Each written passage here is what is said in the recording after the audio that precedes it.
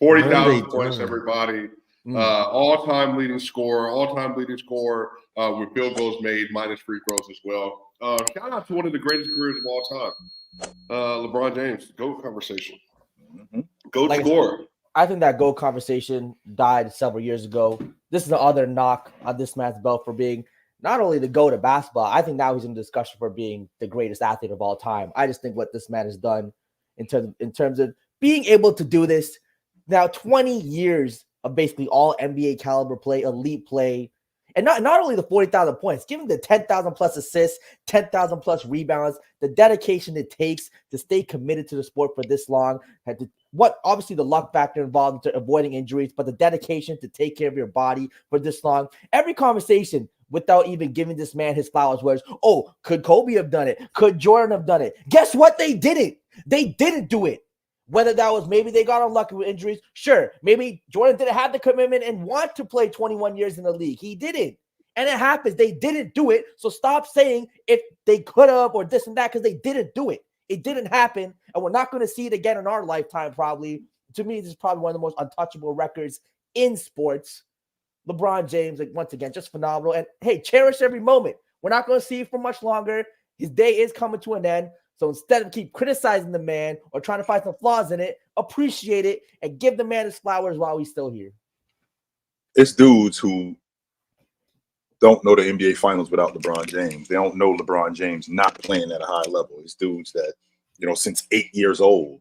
Like I'm 8 years old. From 8 years old until, my sophomore, junior year of college, I don't know LeBron James not being in the finals. I don't know him not being, if not the best player in the league, the second best player in the league, something like that. And to be still doing that today, for him to have 40,000 points and to probably still play another year or two is phenomenal, because he could probably get to 42 or 43,000. And I think that this mark is going to be something that's untouchable that I don't think I'm ever going to see again in my lifetime. I do think that there's going to come along a guy that's going to, surpass this, but you got to play a lot.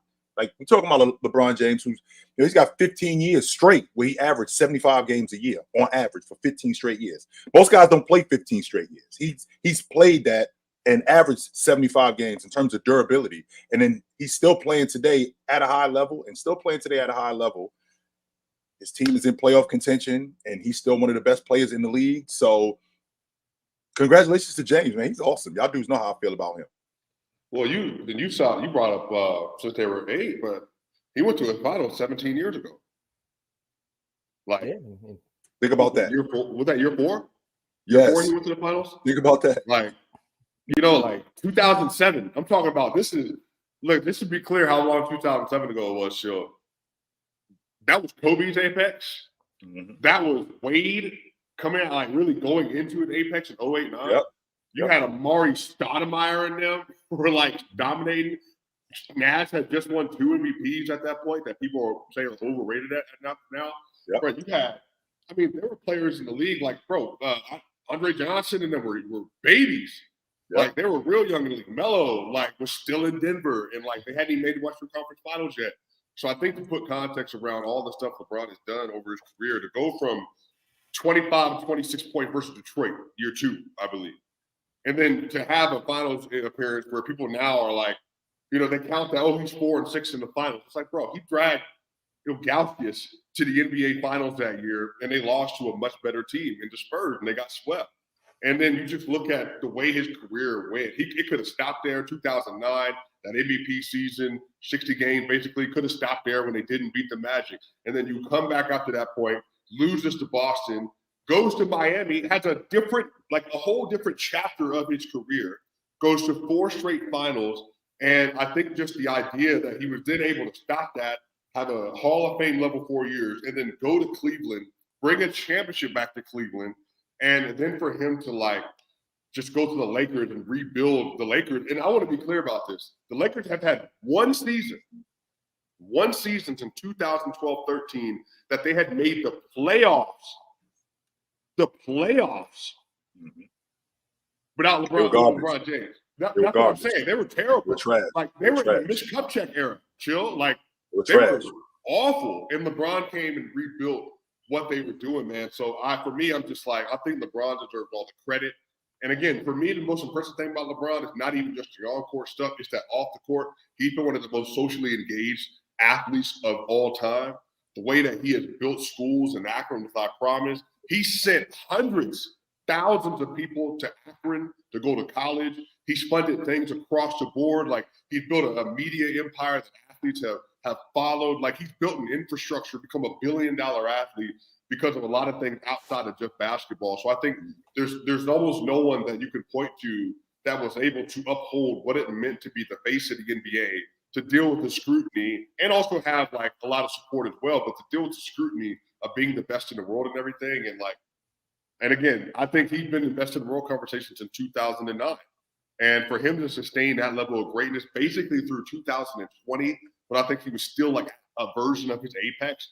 We've just never seen a run like that. Jordan didn't have a run like that. Kareem arguably had a run like that. But outside of that, you just won't find a player that was in best in the world talk for that long. So it's a sustained level of greatness, man. And I think LeBron deserves all the credit. And when he retires, obviously the league will be in a worse place because of it, but it will also be in a better place because LeBron James helped him get in a better place. You fight that, Ox? Because I mean, it's hard to have a guy who's the face of the league, who's been the face of the league for that long, and then to replace that, and not necessarily replace that with something similar to that, but replace that with not replace that with somebody like him, but replace something like that, everything that he brought. Because the thing that I think about the most with him is not his accomplishments. I think about his failures and the fact that he could have folded up when he lost in the finals in 2007, when he lost in the finals in 2011, when he lost in 2008 in Game 7 to the Boston Celtics. When he How could you lost have folded up, Showtime? he could have straight folded. that? You know what? Maybe I'm just not good enough for this. Maybe I'm just not the guy that's built for this. Only except he just came back better every year.